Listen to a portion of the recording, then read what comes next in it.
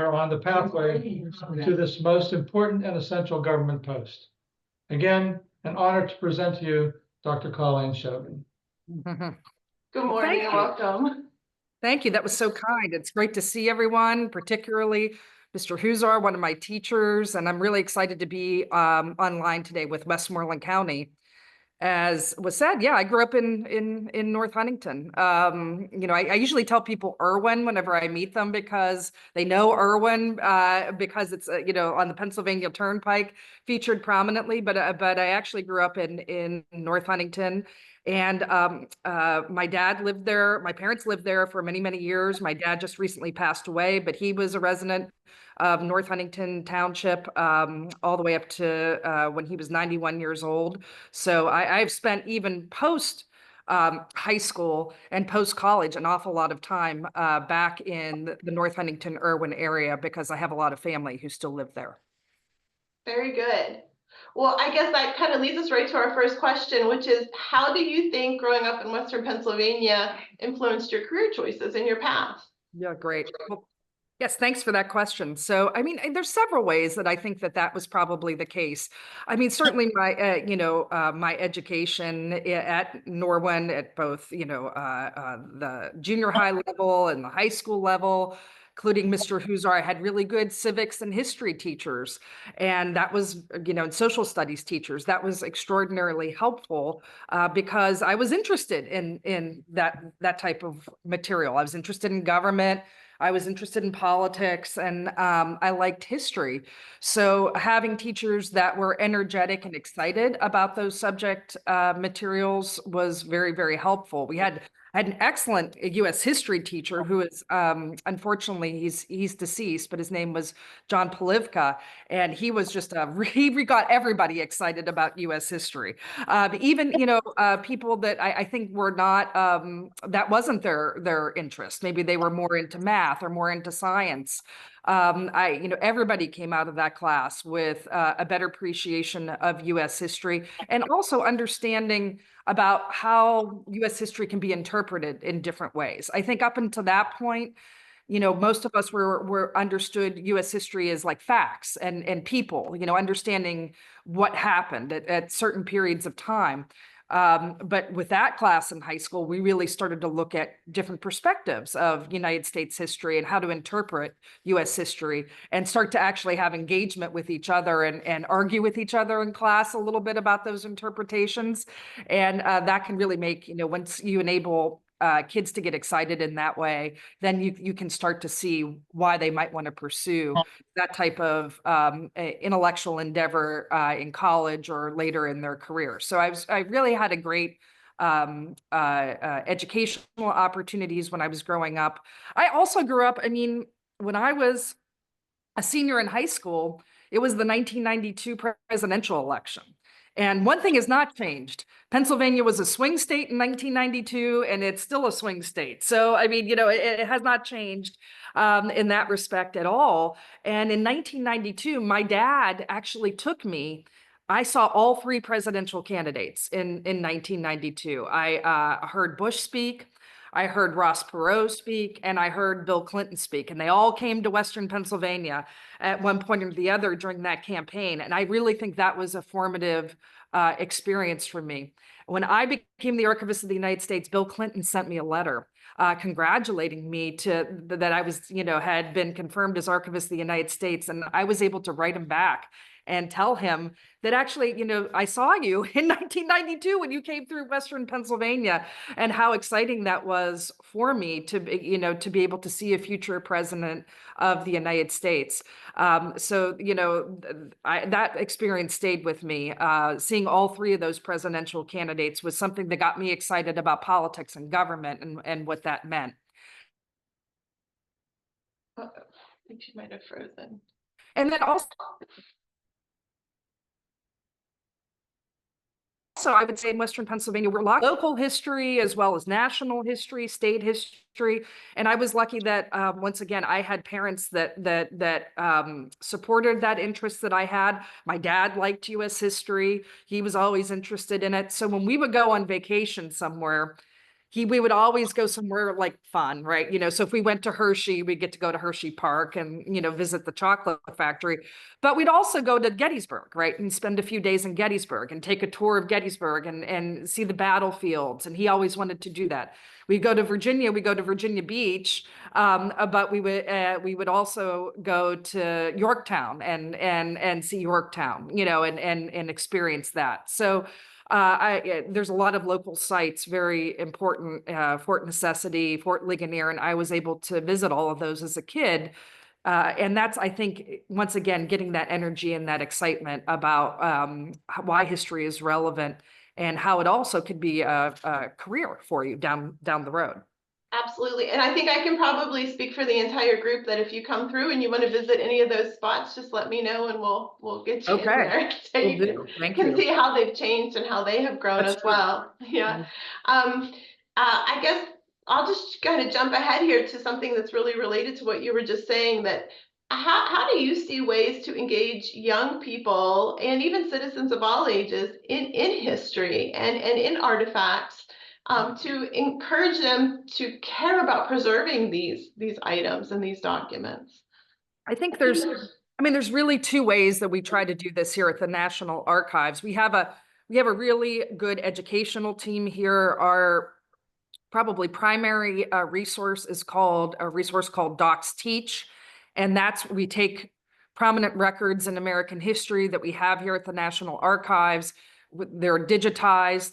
And then we have classroom resources alongside those digitized documents. So the teachers can take those documents, search, through subject areas. They're able to take those records and documents, use them in the classroom, and then also use some of our classroom resources. And we have hundreds and hundreds and hundreds of resources on Docs Teach, and we'll be expanding that for 2026 as we celebrate the 250th anniversary of the United States. And we also, do a lot of Zooms with classrooms. You can set that up. We have a whole bunch of different resource modules for classrooms where our professional educators will Zoom into your classroom and can help, lead a lesson. We just added new materials on the Declaration of Independence, which I thought was really important because once again, we're going to be celebrating the 250th birthday of the Declaration of Independence in 2026. I would say for Western Pennsylvania, since you are uniquely situated, if I was talking to a group from Hawaii, it might be a little bit different. But you are uniquely situated to be close to Washington, D.C., and you may have the opportunity to bring your classes or bring students to Washington, D.C. And if you do that and you're able to come to D.C., please visit us. Of course, at the National Archives, you have a lot of choices. Of course, you can go to the Capitol to visit Congress. At the Capitol Visitor Center and the Smithsonian museums are not to be missed, and some of the monuments, of course. But please make a trip to the National Archives. We are rebuilding our exhibits here at the National Archives. Those will be reopened in October of 2025. We will have a new learning center here at the National Archives in October of 2025. And of course, you can always come and visit our nation's founding documents that we have on display in the Rotunda. We once again have a very developed education and visitor team that can welcome you and arrange, a school visit. I love actually when springtime comes here.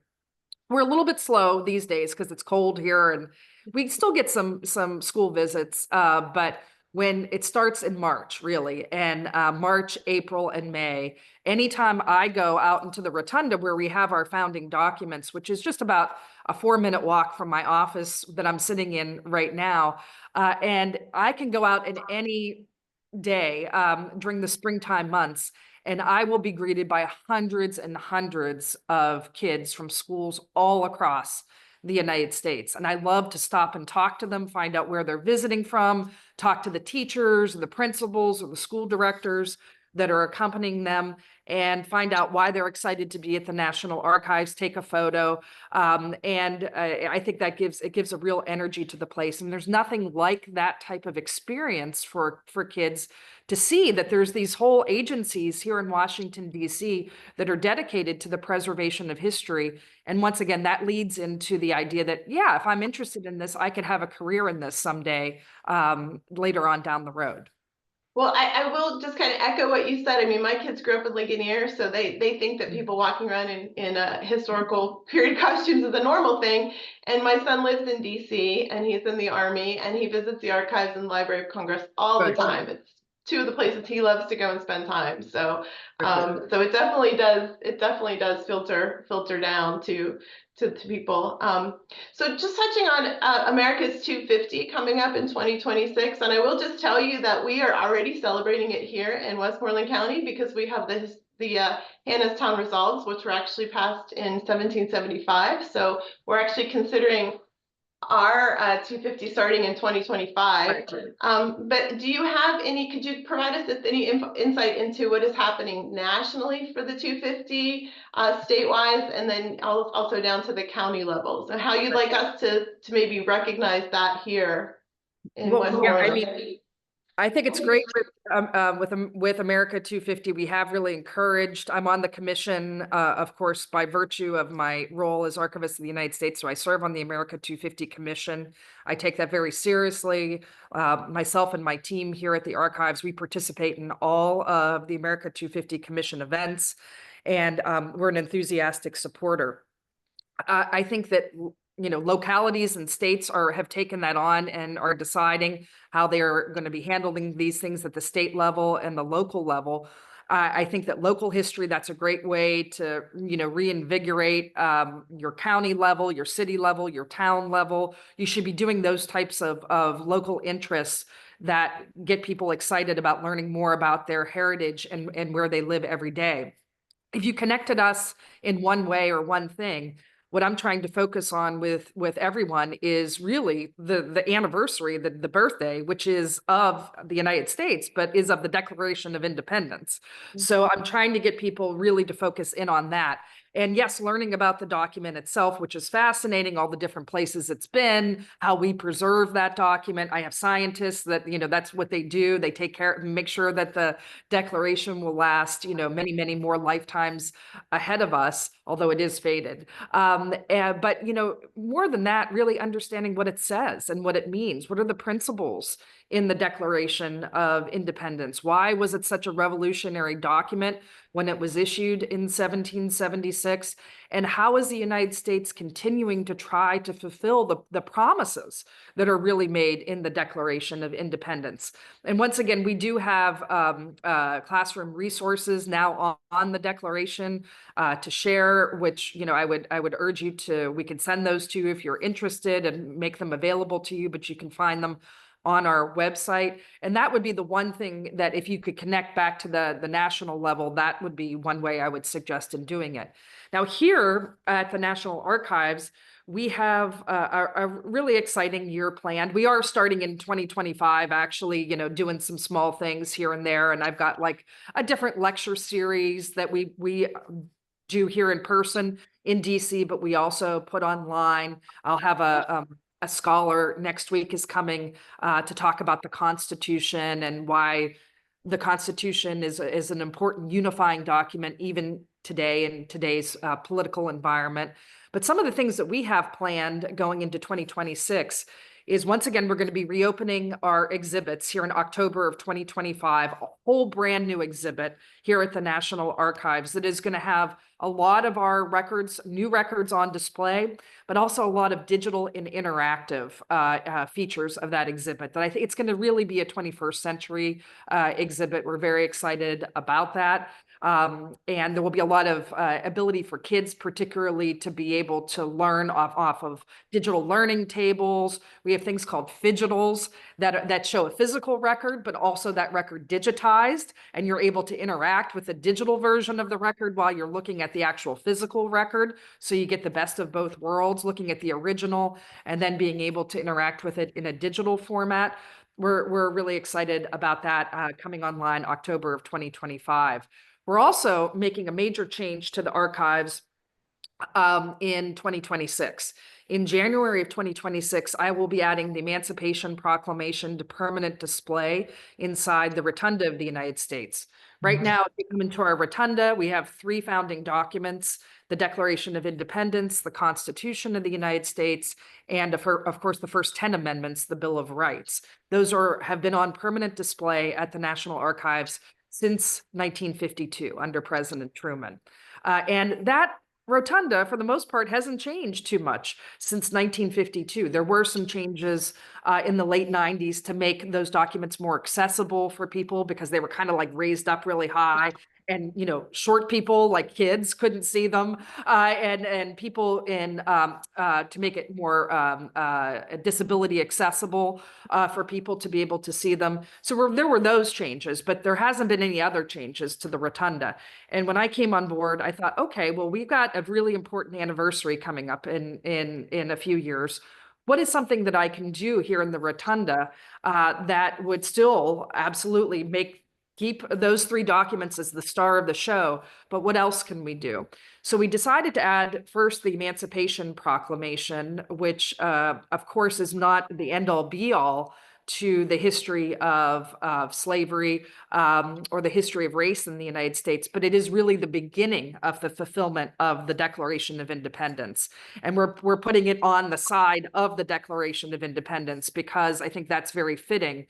One thing that bothered me always was that we never had anything about Lincoln in the Rotunda, and Lincoln, being in some ways, one of our most significant presidents in American history, one of our most pivotal presidents of American history. So the Emancipation Proclamation being in his own hand, we are going to be putting that on display inside the Rotunda. And then on the other side, we are going to be putting a little bit more of a modern document, although it's over 100 years old, which is the 19th Amendment, which prevents discrimination against women, enabling them to vote. And people ask me, well, why that document and not some other document? And the reason is it's the largest single enfranchisement in American history. So it is the change that took place that gave the right to vote to the most number of people with one single document, with one single change to the Constitution. And so we're going to be putting that on permanent display as well. So when you come in the Rotunda, you'll be able to see, of course, still the Declaration, the Constitution, and the Bill of Rights, but those other 2 documents, we have raised money to build cases on on the sides part of the Rotunda, and they will be encased in those displays. And I think that's going to happen in March of 2026 with the 19th, and January of 2026 with the Emancipation Proclamation. And we're very excited about that. We think our crowds are going to be through the roof with those additions. I think that will really generate a lot of interest. And that's the perfect segue to the next question, which is, how do we ensure that all people's stories are told in the American story, especially those of traditionally underrepresented groups? Right. And that was really obviously one of my motivations with the decision to add the Emancipation Proclamation and the 19th Amendment. That doesn't cover, and I make this very clear, this does not make this a complete history of the United States. It's a more complete history of the United States. And it's an attempt to tell more stories in an attempt for inclusivity with our history. And I want to be clear with this. Sometimes people say, well, how do people think? What do people think about this? I have talked to many members of Congress. I have said this in many, many public events, for over a year now, that this is the plan. In fact, I unveiled the 19th Amendment decision on 60 Minutes, and I have received 0 negative comments on it. 0. I mean, I get a lot of other negative comments, but I have received 0 negative comments on this. People are uniformly excited about it because I'm not taking away something else and putting that out. I'm adding to American history. And people, they really, our decision makers, our policymakers in general, I find, are very supportive of telling that complete story of American history in that way. So we do that. That's one example, like how what records we put on display and how we tell our stories. But there's a lot of other things that we do. I mean, we have experts here at the National Archives, archivists who write blogs in African American history. We have, archivists who are specialists in Asian American history, Native American history, women's history.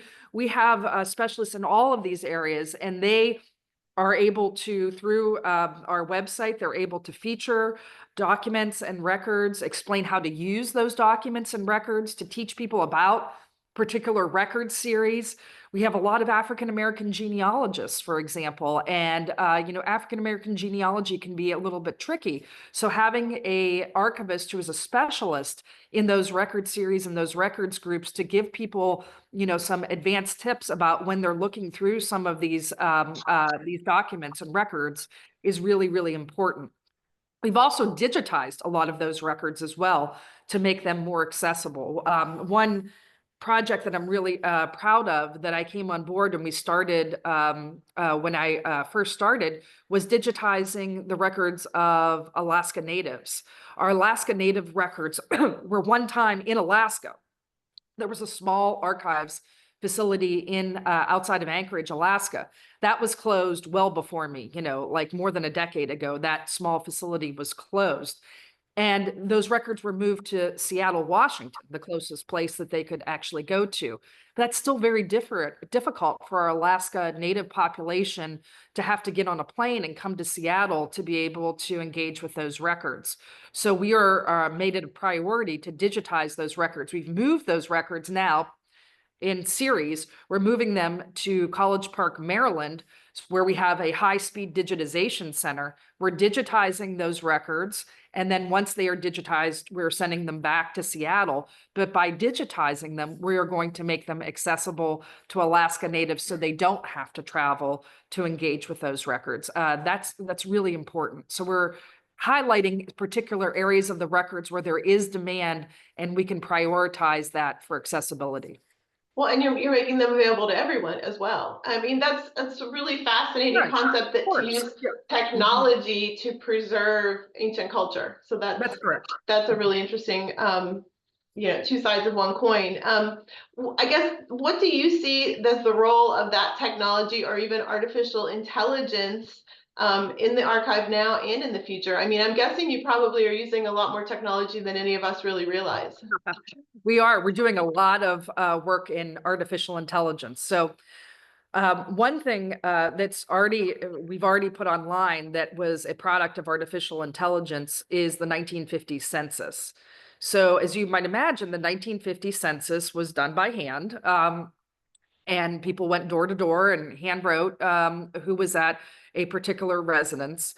And the archives was able to use artificial intelligence to be able to read the handwriting of the 1950 census and then index the names in the 1950 census. So I did this. I went online and I was able to find both of my parents in the 1950 census. My dad was a little easier, Richard Shogan, not too hard. I knew, Swiss Vale is where he grew up. So it took maybe less than 10 minutes to find my dad in the census. My mother's name was Patricia Smith in Irwin, North Irwin, actually. And she was a little harder to find just because of the name, Patricia Smith. So there was a lot of Patricia Smiths, even in Western Pennsylvania. But it took me less than 20 minutes and I was able to find her in her household. And also my aunt, of course, who was there with my mother. So I was able to screenshot that and send it to my aunt. And she was really, excited to be able to see that record of who was living in that household back then in 1950. So we've already successfully done that. I'll talk about two other ways that we're using artificial intelligence right now. We've just done a project. We're very, very excited about it. You might have seen it in the news about how we're asking people who can read cursive to come on board as a citizen archivist and work with us. And that has been a great story. We had about 30,000 pages that had been transcribed from the Revolutionary War pension files. Okay, so these are Revolutionary soldiers who are filing for pension claims. It's a great source for genealogy, particularly people that are trying to trace maybe their ancestry back to the Revolutionary War, or to do histories about people who fought in the Revolutionary War and their families. So we had about 30,000 of those pages that had been transcribed by volunteer citizen archivists who would come online, read the cursive, and transcribe the cursive to actual, a transcription, a digital transcription. We were able to provide those 30,000 pages to Family Search, who has a really robust artificial intelligence tool. They used their tool, they used our transcriptions to learn how to transcribe. They used our 30,000 pages of transcriptions in their AI tool. Their AI tool learned how to read that cursive, and then we were able to get tentative transcriptions of 2.2 million pages of Revolutionary War pension files. So we took 30,000 pages, used the technology from Family Search, and now we have 2.1 million pages that are transcribed. Now, there are some problems with the transcriptions, as you might imagine, because artificial intelligence is not perfect. So now we're bringing citizen archivists back into the game, and you're seeing the tentative transcription, and we're asking the citizen archivist to go back and make corrections to the AI tool, what the AI tool has produced. Some cases, there's no corrections. Other cases, there's a number of corrections. And then as soon as the citizen archivist is able to check that AI work, then we consider that page transcribed. It goes into our catalog for search, which makes more and more pages searchable for genealogists, historians, people that are curious about that period of American history. So that's a very exciting project that's underway, and that's why you've seen that in the news lately. We've also, we're going to come out probably next month. It looks like we're on track with a new artificial intelligence tool. We call it Archie, sort of archives Archie. He's called Archie AI. And we are going to have an interactive back and forth with Archie AI on a very small set of records. The Warren Commission records with the JFK assassination, which we have digitized. And you're going to be able to interact with those records with Archie AI. Excuse me. And I think that's going to be the future of a lot of our search when it comes to archives in the future. So that's just a demo project, but we're going to put it out there to see what kind of feedback we get from users. That's really fascinating. I mean, it's interesting to think about cursive and how even cursive writing would have evolved in that time. So cursive writing from 200 years ago would be a different thing to read than, so that the AI has to learn, I would imagine, all of those subtleties as well. Yes, and there's a lot of misspellings of words, excuse me, or different spellings of words.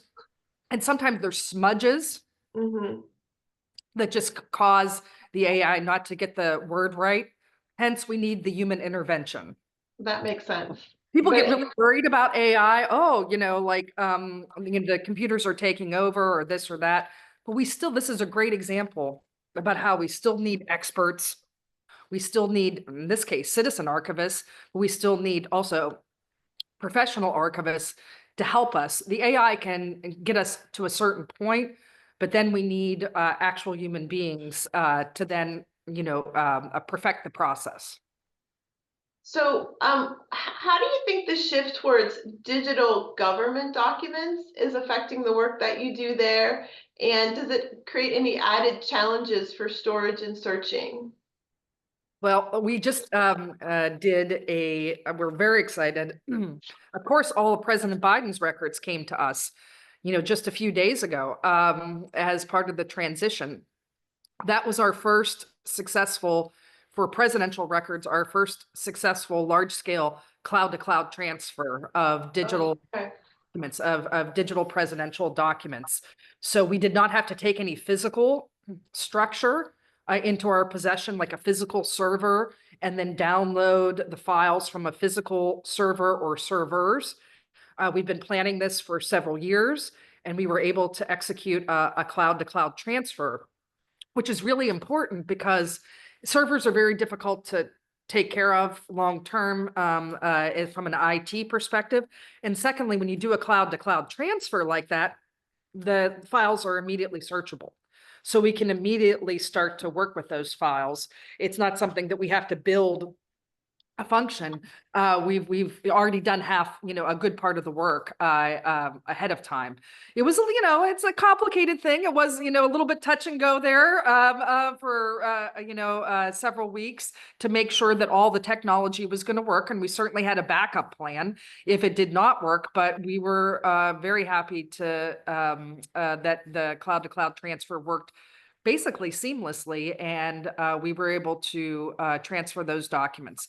Now, a good example is President Biden or even President Trump's first term, or President Obama, the presidential records. We are at about 91, 92% of all three of those presidencies are born digital documents, and about 7, 8% are paper documents. For example, anything that the president writes on, so if the president gets a memo, he's making some changes to it, maybe it's a speech, or maybe he's writing questions back to someone that has given him that memo, he wants more information, he has questions, then that becomes a paper document, and we keep that paper record, okay? But the vast majority, as you can imagine, of what a president or his team produces these days are electronic documents, emails, chats, digital photographs. Imagine how many times, recent presidents have been photographed. All the digital videos from President Obama forward, all the times that the White House photographer and videographer are following the president or the first lady around. Those are all digital files that then come to us in that format. It is going to be a challenge. At the National Archives, we have been built for many, many years to handle predominantly what we call analog, or what most people would call physical or paper records, physical items that are in our collection.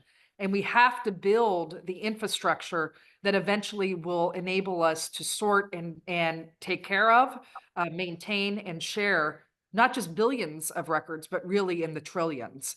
And that is our great challenge for the next 10 years, is to build that digital infrastructure so that when we start to see even more digital records come our way beyond presidential records, like the federal records of all of our agencies, that we're able to take those records in and make them available for the American people.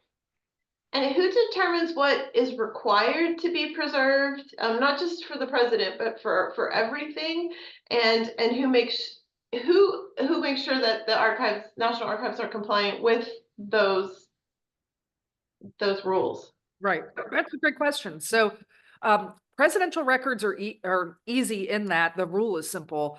Everything in the execution of the office of the president is a presidential record. Okay, so we get 100% of those records. As far as a federal agency, for the Department of Transportation, or the Defense Department, or even small agencies, that are much smaller in scope, we typically receive 1 to 3% of their records as permanent records, and those decisions are made through a process called the Federal Record Schedule.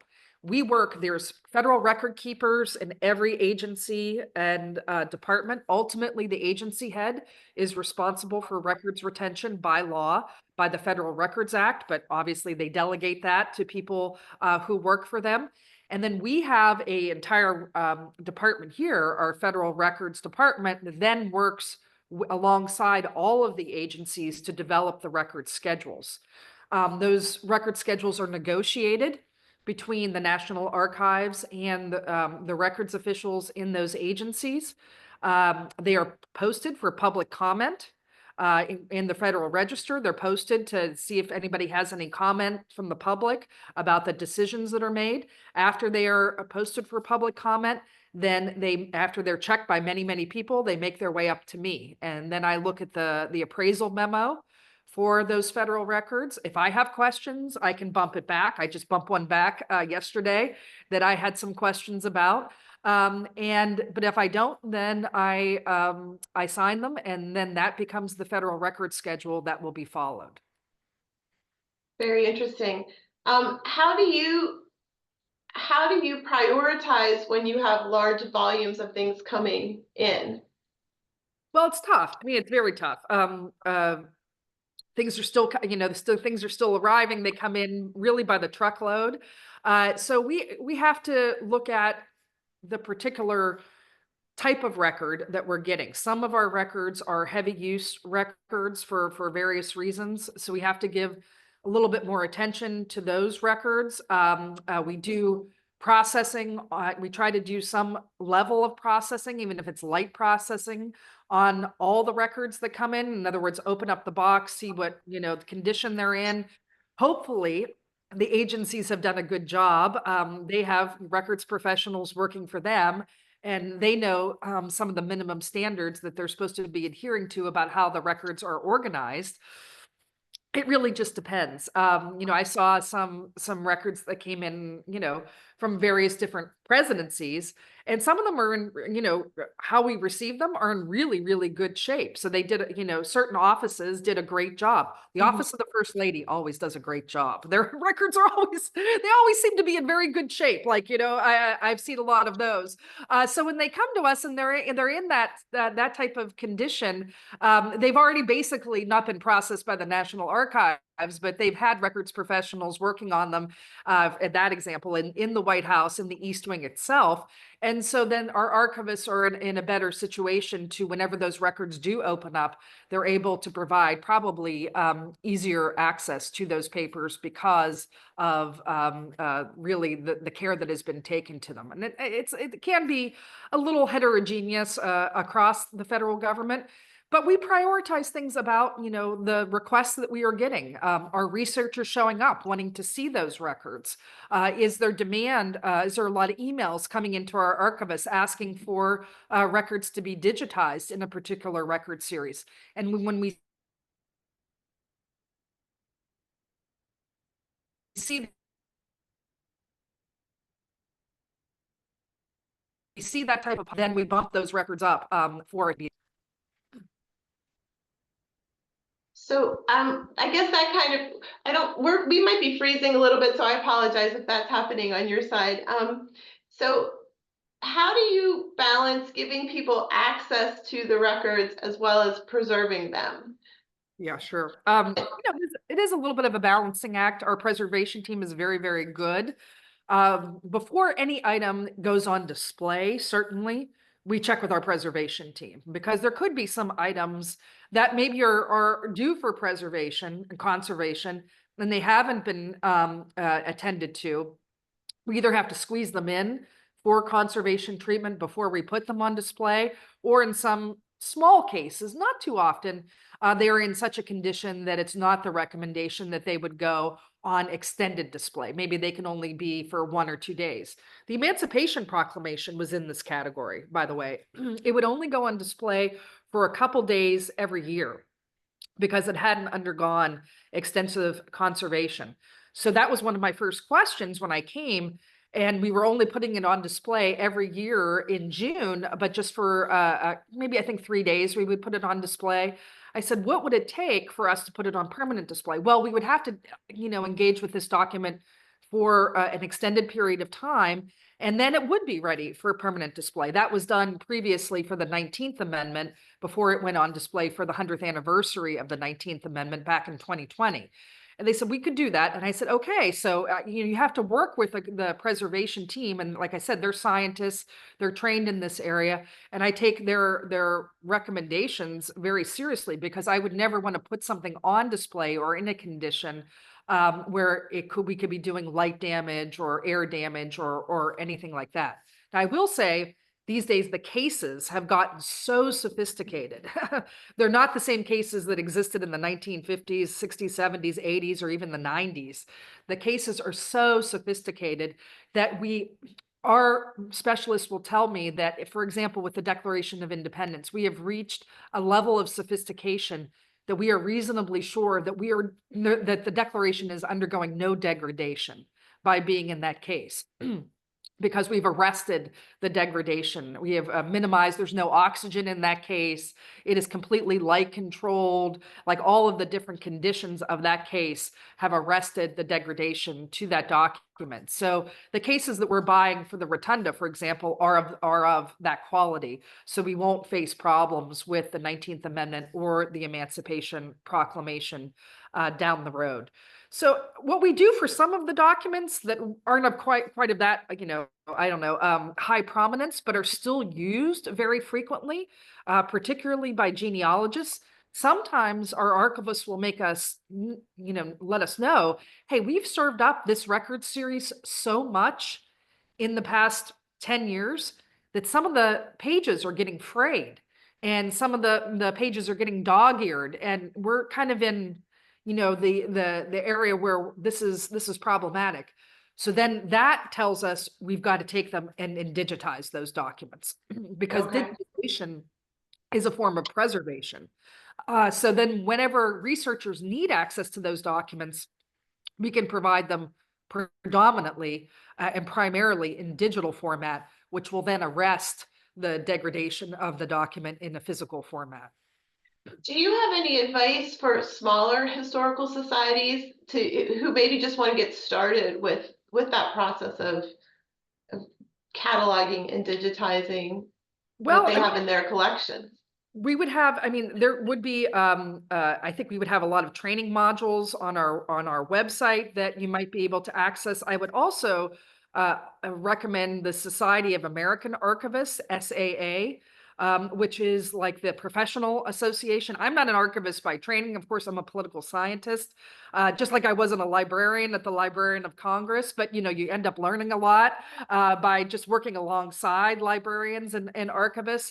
But the Society for American Archivists would be, I think, the place to also consult, because they not only work, of course, with people here at the National Archives, they work with state archivists, they work with local archivists, they work with corporate archivists. You know, they work with the entire gamut of archivists who are working in all kinds of different formats at all kinds of different levels of not even just government, but also, you know, like yourselves, historical preservationists. Those are great resources. Are there any other resources that the National Archives has that you think that our partners would be interested in knowing about? I mean, one resource that you might be interested in besides our website, archives.gov, like I said, that has all these educational resources, all kinds of things that you can utilize, and you can spend a lot of time on our website learning a lot. Our catalog has 375 million records in it, which makes us by far the largest public archive in the world. So 375 million records there, hopefully going, you know, close to 500 million in the coming years. We also have one grant program at the National Archives, only one. It's called the NHPRC, the National Historical Publication and Records Commission. And we give out a small number of grants, but the idea is that those grants are targeted for state archives and local archives that are engaging in projects in preservation and in other areas. We have certain targeted areas within the NHPRC, different programs within that grant program that you can take a look at.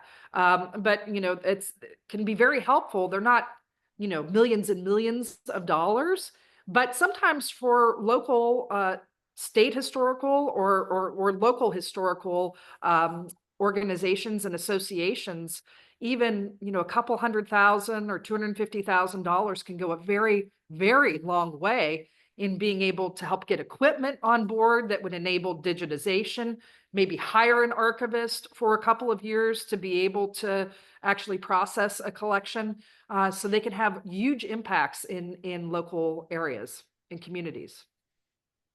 Well, one of the things that we're gearing up for, you had mentioned the birthday of the Declaration of Independence. So there is an anniversary coming up in May, May 16th, of the Hannahstown Resolves.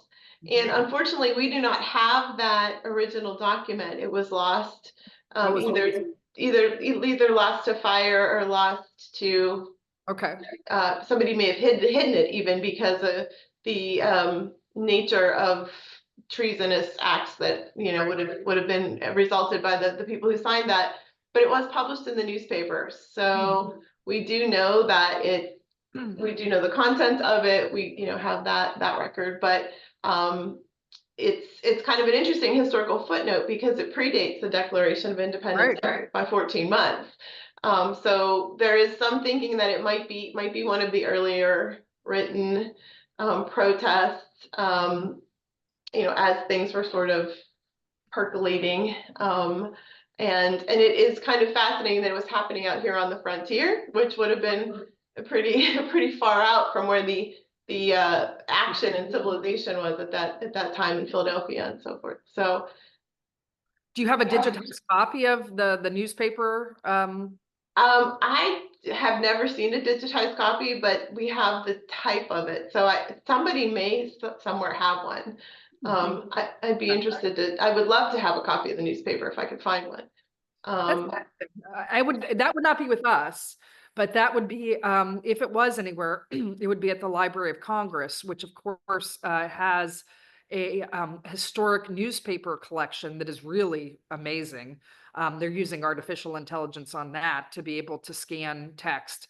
So if you're interested, we can certainly put you in contact with someone over at the Library of Congress that might be able to find that for you if it's in their collection. Okay, great. That would be really fun to have, because we definitely want to do a commemoration of that event. So, right. So I want to be respectful of your time, and I just want to ask you one fun question and then give you a chance to mention anything that you might want to in closing. But have you ever encountered anything that was surprising or unusual discovery as you were in the archives or your team? Right. I think we all have kind of a image of the national treasure. Like, is there actually something on the back of the Declaration, sort of thing? But right. Is there anything fun that you've come across in your days? I was just in Atlanta last week because we have a national archives. We have regional facilities all across the country, regional archives. And I was in the Atlanta archives, and I was very surprised because I didn't realize this, but our Atlanta archives has the World War I draft cards because they had room to store it.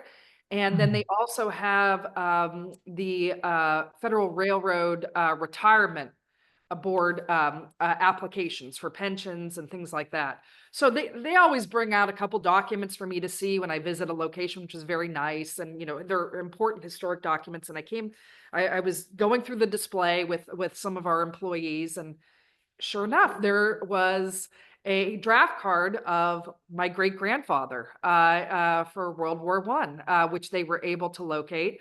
They did a little genealogy on me, and it wasn't too hard to go back through the obituary documents and found his name, and they were able to produce and show me his original draft card that he signed. And then also he worked on the railroad. So he had an actual big file, like about 70 pages, about his railroad service, and also his pension that he applied for. And then when he died, my great grandmother applied for his pension, to receive his pension as his widow. And there was a lot of back and forth from my great grandmother writing for her pension and this and that, his death certificate. I mean, there was 70 some pages on my great grandfather, and I knew everywhere where he worked on the railroad and everything. So they were able to show me the original documents, and then they were able to digitize those for me, and I was able to share them with my brother and my niece and other members of my family, which is really nice to be able to have. So that was a great surprise just last week that I was able to experience. I'll tell you a funny story to end with, which was a great surprise to me. I was at the Clinton Library. Of course, the president, we didn't even talk about this, but the presidential libraries are part of the National Archive system from Herbert Hoover forward. And I visited all of the presidential libraries, and they're all terrific. If you have a chance to visit a presidential library, I recommend it. I was at the Clinton Library. This was not quite a year ago. And once again, they were showing me all kinds of different displays and things in one of our staging rooms. And we're doing a project at our presidential libraries where we're photographing a lot of the objects in our collection. We're not a museum at the National Archives, but we do have a lot of objects from our presidential collections because these are gifts oftentimes that presidents and first ladies receive while they're in office, and also gifts that the American people send presidents and first ladies and the first family. So think, a lot of portraits of presidents, and Obama has like all these surfboards that people sent him, because he liked to surf in Hawaii. I mean, they're really an eclectic group of gifts from the American people and gifts from foreign heads of state. So we have these objects, and we're photographing selected objects using really high quality digital photography, staging them so they can be then published online, and people can see these objects, like 3D photography, 360-degree photography, really high quality. And we're doing them at all the presidential libraries. So we were at Clinton, and we were just in like one of the rooms downstairs, and there was a picture of Socks the cat, right? Because we have pictures of like the Clintons everywhere, and then there's a picture of Chelsea, and there's a picture of Socks the cat. And I said, I haven't seen a picture of Socks in such a long time. I loved Socks the cat when I was a teenager. And in fact, I made my parents get a cat when I was a teenager, because I thought it was so cool that the president had a cat, and my parents were always dog people, but then I made them get a cat. So we adopted a cat from a local shelter. And I told that story, and the staff thought that was so cool. And then someone said, "Do you want to see Socks the cat?" I said, "See Socks the cat?" And they said, "Yeah, Socks is actually just around the corner." Okay. I mean, Socks has, been departed for a little while, and so I was a little scared about what I was going to see, when I ran around the corner. And sure enough, there we were doing our nice little digital photography display, and there was an urn and a nice, very beautiful urn. And they said, "This is actually, we're photographing Socks the cat, because when the Clintons left the White House, if you remember correctly, they had acquired a dog before they left, and the dog, Buddy, and Socks did not get along. They did not like each other, so they had to split them up. And the Clintons took the dog with them to New York, but the cat stayed in D.C. and became cared by Clinton's secretary. Her name was Betty Curry, and so and Chelsea was off at college, so she couldn't take the cat. So Socks lived out the rest of his days in with Betty Curry. And when Socks passed away, actually, what they did with Socks is a third of Socks went to Betty Curry, a third of Socks went to Chelsea because that was her cat, and a third of Socks came to the Clinton Library. So there was the Clinton Library, there was Socks the cat. So I was able to pay my respects to Socks at the Clinton Library, which I did. And I actually, at the Clinton Library, just so happened later that day, Hillary Clinton was there. And so I was able to sit down with Hillary for a little while. And I told her that story. And she was like, "Out of everything that I have done, I've been, first lady, I've been a senator, I've been, secretary of state, a presidential candidate." She said, "I get more questions about Socks the cat than anything else." So here's a funny story for you. You never know what you're going to see at the National Archives. Well, I think that maybe speaks to how people enjoy the human aspect of everybody's story, regardless of whether you're a head of state or what have you. People really love that human element, and that the thing that they can identify with, the element that they can identify with. Carl, did you have a question? Carl has one last question. Well, I just did, whenever you mentioned the Atlanta office and the draft cards, we've had at the Historical Society an inordinate number of requests about World War I participation and the draft cards. So that's interesting.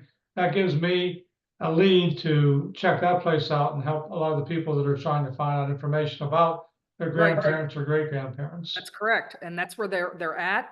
If you have those inquiries, please just email our contacts here at the archives, and we will put you in direct contact with our archivist, our senior archivist down at the Atlanta archives, and he can help you.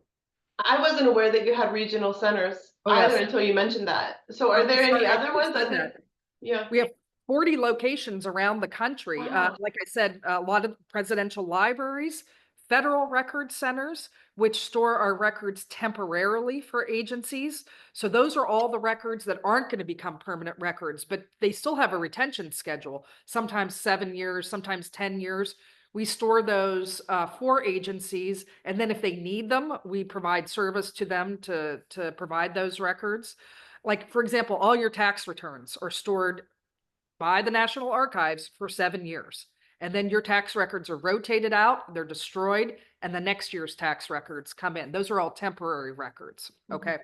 And then we have our permanent archival facilities, like at the Atlanta Archives, Seattle Archives, one outside of Boston, one outside of Philadelphia, Fort Worth, Texas. They're regional in location, and we collect the federal records of that region in those archives, as well as the court records from that region, the district and circuit courts from those regions. It's really fascinating. I mean, I've been fascinated with everything that you've told us, and I think a lot of people probably have no idea of the depth and breadth of the work that the National Archives does. I didn't have any idea even when I was nominated. I mean, I knew a lot, but I didn't know all of this. And so it was one of the most surprising things when I finally came on board in May of 2023, really the breadth and the depth of the National Archives. I worked at the Library of Congress for many years, and that's the largest library in the world, bar none. It's not, the closest is the British Library, and it's not even close. So I always was so impressed by the Library of Congress, which is an extraordinary institution. But the National Archives are the comparison of our collections versus theirs. There's not even a comparison. We have 13.5 billion physical records, 13.5 billion. In the building I'm sitting in right now, 2 billion just in this building in Washington, D.C. So it's extraordinary. Those are just mind-blowing numbers. But well, is there anything you would like to say in closing? I mean, we just want to. Thank you so much for having me. I'm really excited. I told my husband this morning, I said, I'm going to be on with a bunch of people from Westmoreland County today. He said, wow, that's going to be a good day if you're able to do that. And it will be the highlight of my day today. So I want to extend really though an invitation for you to come, of course, visit us online, but do research online. But if you would like to come visit us in person, please be in touch. You have our contact information of my team.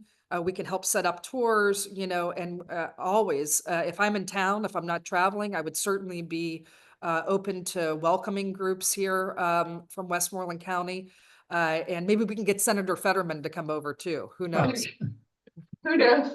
Dr. Shogan, let me just say on behalf of the Norwin community, we are very proud of you and your work. Thank you. A great job. Great job. Thanks. And I'll keep doing it. So I'm very excited. So thank you so much. Have a great day. Thank you. You too. Bye. Bye.